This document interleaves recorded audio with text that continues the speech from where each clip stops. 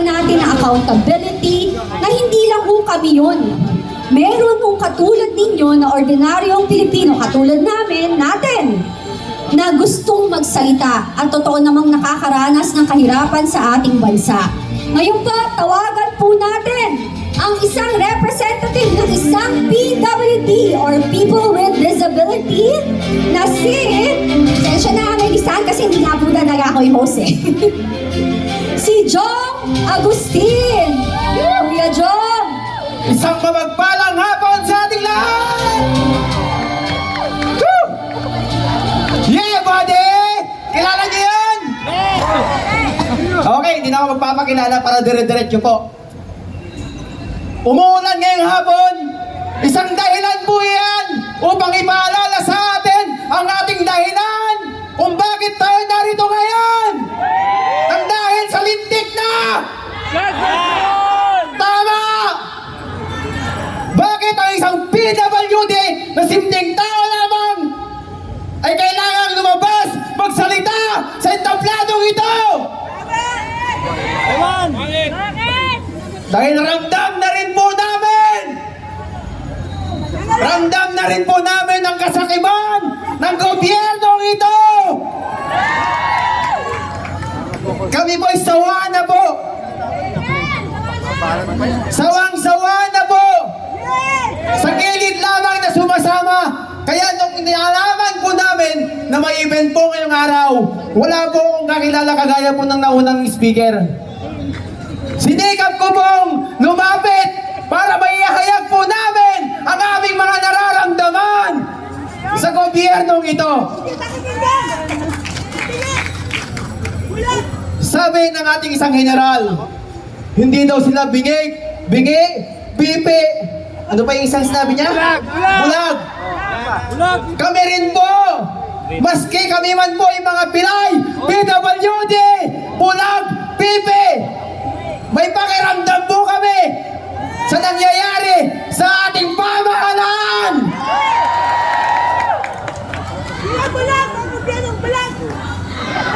Ayun. Nakikita ko po, nung una akong umaten dito, nandun lang po ako sa dulo. Ngayon, nandito na po ako sa stage na to.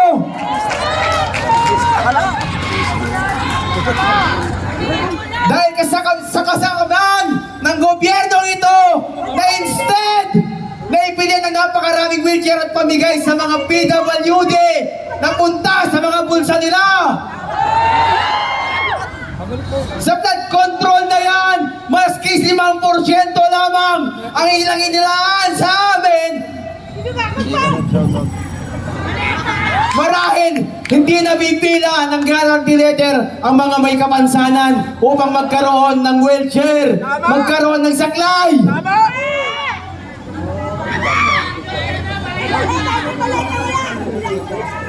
Sobra na po. Ang gobyerno po natin ay ano? Galing po sa inyo yan.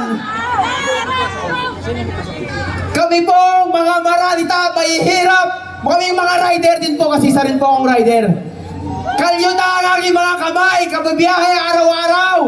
Ang ating mga politikong pulpol ay kalyo rin ang mga kamay sa kabibilang ng milyones na kinurakot nila.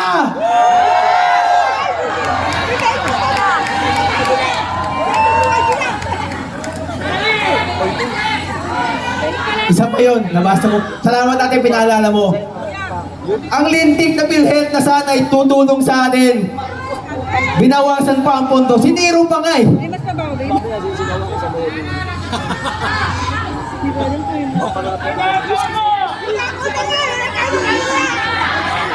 Muli po, isinisigaw po namin mga PWD na ayusin po ng gobyernong ito at sana matapos na rin po ang paghihirap ng bansang Pilipinas dahil deserve po natin na magkaroon ng maayos na bansa, deserve natin na maayos na kapaligiran. At ang bahagi yan ay siyang nagpapaalala sa atin na ng kung anong ginawa ng gobyernong ito. Hindi ko na po papahabain kasi medyo masakit din po ang aking paa. Pero ito lang po ang iiwan kong mensahe sa inyo. Pakihanda niyo po ang mga payong nyo. Joke lang. Tayo po ay hindi titigil hanggang walang managot sa gobyernong ito. Maraming salamat po.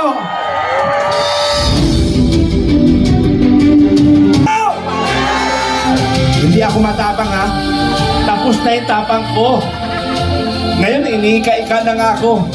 Pero para sa kalaman ng lahat, mga kababayan ko, mula 14 anyos ako, 13 anyos ako, ay naglingkod na ako sa bayan.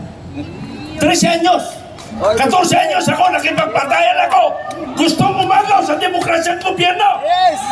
14 anyos ako, 3 araw, 3 gabi, bakbakan kami. Sa UPI, Maguindanao.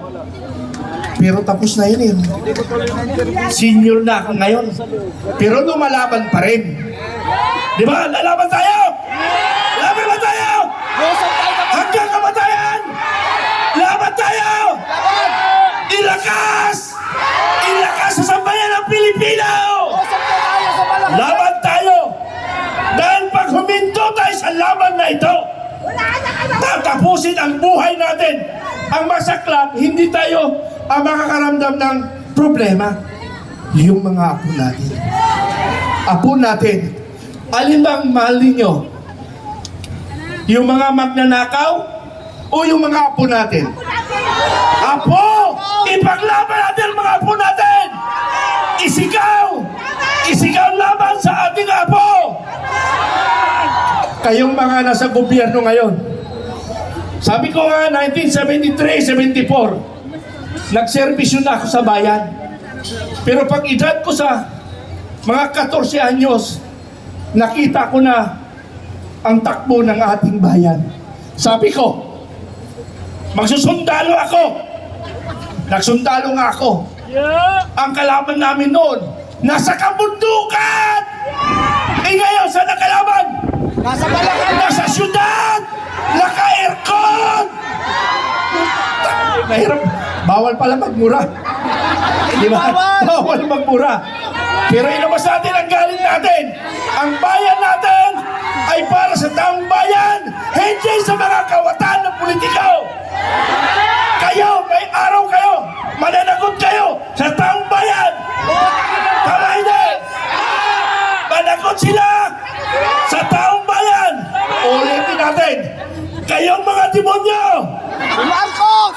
mananagot kayo sa taong bayan. Baka salita lang kayo ha. Totoo hindi. O, tingnan nyo ha. Pangulong Marcos. Marcos loyalis ako. Baka hindi nyo alam. Marcos loyalis ako.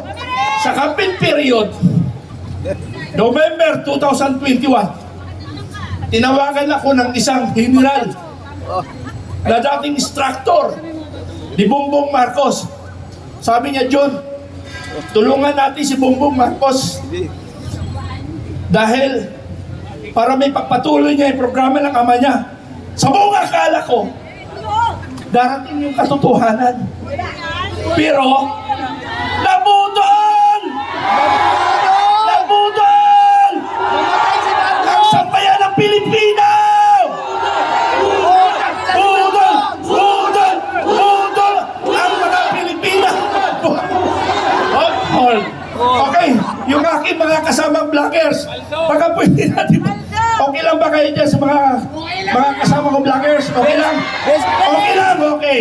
Laban lang tayo. Okay lang na kahit umulan, laban tayo. Laban tayo. Alam nyo, mga kababayan, nakikita ko sa inyong mga mata.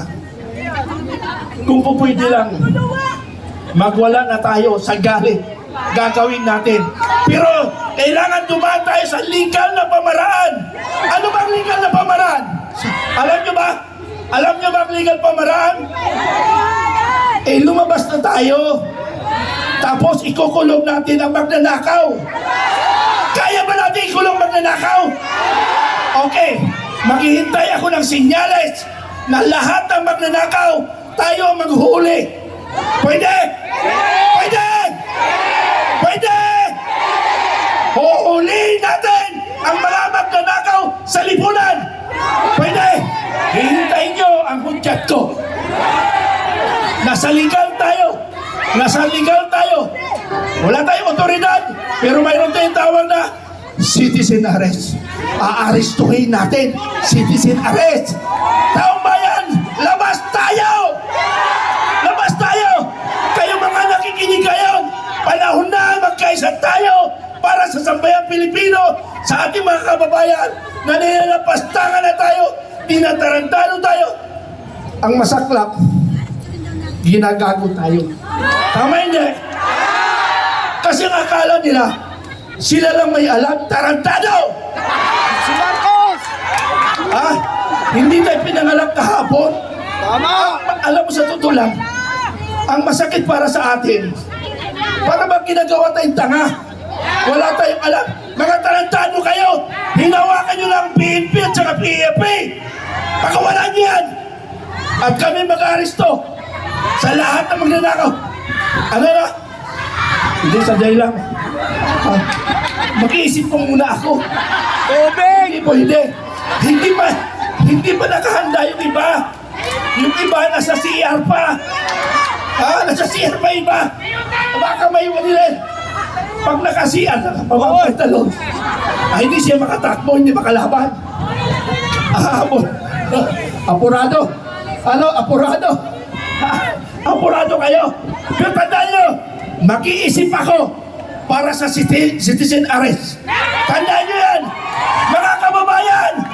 Huhulihin na natin ang mga magnanakaw. Ano? Okay, ang dami ng tao doon, no? Hindi na mabilang ang tao. Ha? Ito pala. Okay, citizen arrest. Nako, delikado. Hoy, Pangulong Marcos! Maya ka naman. Maya ka, Pangulong Marcos! Sa Canada, ikinahiya ka. Ha? So mga kababayan, pwede ko na salang ikuman ito. Pwede na kayo ikuman ko? Pupunta tayo? Ha? Sige! Pero sandali lang muna. Sa Quiapo Church muna tayo. Quiapo Church! Ang gusto ko mangyari, sa Quiapo Church, magdasal tayo. Ipanalangin natin ang mga kawatan na baka mag-isip pa ng kabutihan para sa bayan. Okay ba? Pero tandaan nyo, hindi ko nakakalimutan yung sinasabi nyo na handa na tayong magbuwis ng buhay para sa kabubuti ng ating bayang Pilipinas. Oh, naku, handa na! Dagdagan pa natin! Dagdagan pa natin! Aarestuhin natin! Ang Armed Forces ba at PNP, kaya natin arestuhin? Kaya ba? Kaya! Ha? Kahit 20 million lang tayo, kaya na natin silang arestuhin eh. Ha? Oo. Kasi tandaan nyo mga kababayan ha, kami mga sundalo, na-train kami para sa may baril lamang. Wala tayong baril. Paano nila? Hindi na, mag-aaral pa sila paano labanan yung walang baril. Kami naturuan paano lumaban sa kapwa may baril. Wala tayong mga baril. Di magtanggal rin sila ng baril. Di ba patas ang laban? Suntukan na lang. Suntukan na lang. Suntukan na lang. Tingnan natin ang tapang nyo. Ang tapang nyo lang dahil inyo ang sandata. Pero huwag nyo kami bigyan ng sandata. Dahil ayaw namin na kapwa Pilipino nagpapatayan. Tama hindi. Ayaw natin yun. Ang gusto natin sa malinis sa paraan, sa utos ni Allah ng ating Panginoon. Ha? Utos ng Panginoon yan. Pero handa natin arestuhin? Arestuhin! Arestuhin! Arestuhin! Arestuhin! Arestuhin! natin ang magnanakaw. Okay, maraming salamat at maraming pang tagapagsalita. Mag-isip kayo, mag-invite kayo, pag-isipan nyo, hintayin nyo pag ako umakyat sa team itablado na pag nagsinyas ako, pupunta na tayo sa Quiapo Church. Maraming salamat. Quiapo Church.